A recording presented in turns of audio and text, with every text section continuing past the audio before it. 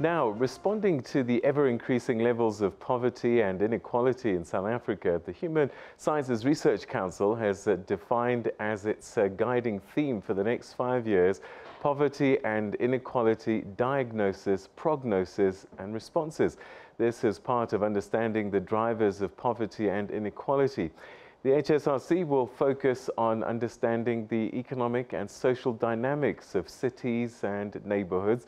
To get more on this endeavour, we're now joined in our Pretoria studios by HSRC Executive Director Professor Ivan Turok. Thank you very much indeed for joining us and welcome to the programme. Thanks very much for having me. Thank you. Okay, Prof, let's start with this global think tank that you've become part of. What are you going to try and unpack? We're trying to understand what causes and therefore what can help to solve poverty and inequality.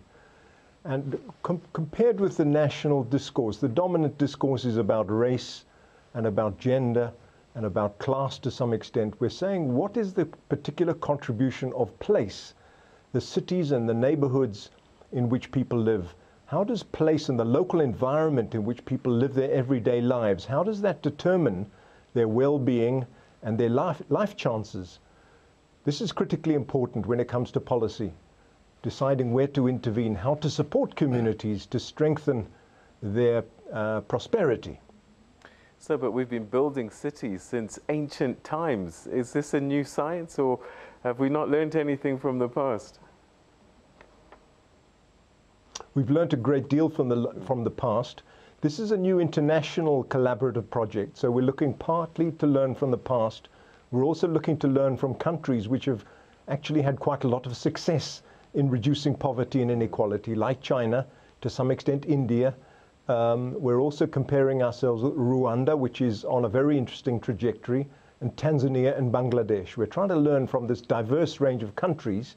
And what's distinctive about South Africa is the fact that geography is so entrenched in our everyday lives and is therefore, at face value, you would think, a critically important factor to take into account in understanding poverty and inequality.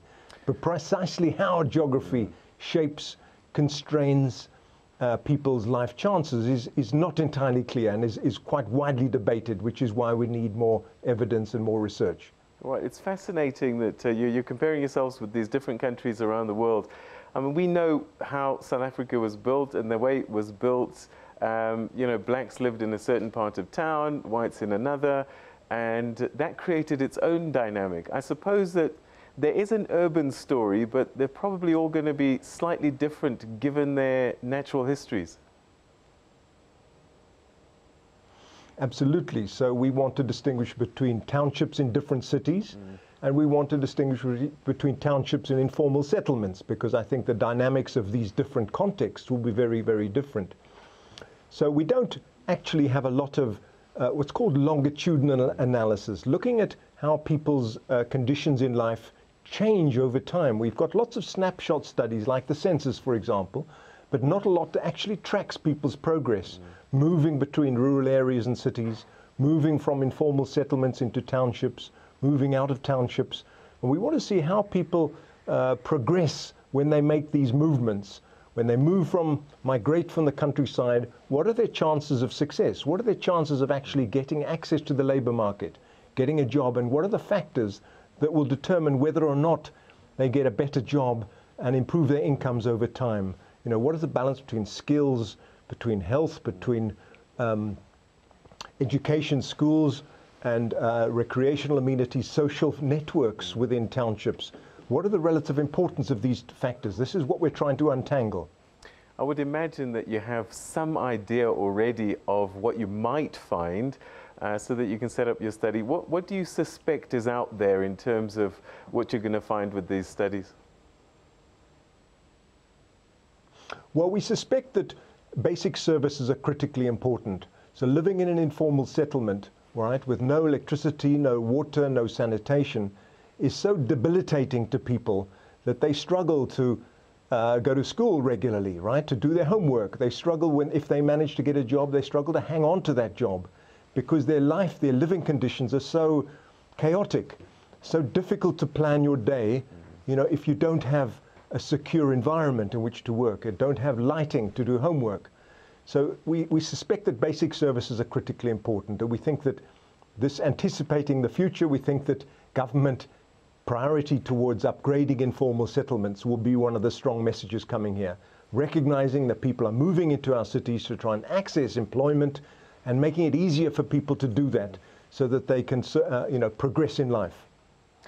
An interesting phenomena that the head of NEPAD, the director there, once said, there are cities around the continent that are, with so much urbanization, he termed a phrase, the ruralification of cities.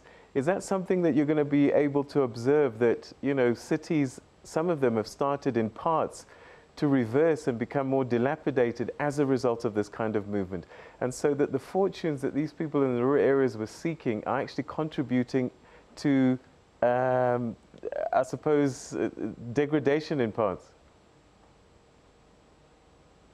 Well, it's another word for another phrase to describe this sort of urbanization of poverty. Basically, poor people with very limited prospects moving to cities and struggling to make ends meet, struggling to get employment, struggling to generate a livelihood. So it would be a similar kind of phenomenon. And I think unless this process is managed and supported, you will end up with very squalid, miserable environments. And so it's critically important, I think, that we think hard about how to support these communities to upgrade their communities. There are limited resources government has, of course, and the rate of urbanization in some parts of our country are quite high. And so it's about working with communities, right, to mobilize their energy and their resources and to support that in a very synchronized way, so that government is not just doing two things to communities, but is working with them to improve their conditions and responding to their own priorities, whether it's backyard shacks, whether it is building their own shacks, providing the basic services, these kinds of things, working with communities to strategize about best ways of improving their living conditions. Perhaps finally, something that interests me quite a bit is that whilst all of this is happening, technology is shifting and changing. We talk about the fourth industrial revolution, and we may find that people won't even live in cities, those that can't, and they'll start to move out. Is that going to be something you're going to be observing as work stays at home in other parts of the country because they don't physically need to be in a building? That's certainly true, that information technology opens people up to access to resources, to information that they don't need for face-to-face contact. But I think the evidence from around the world is that actually information technology and remote information actually reinforces the importance of face-to-face contact.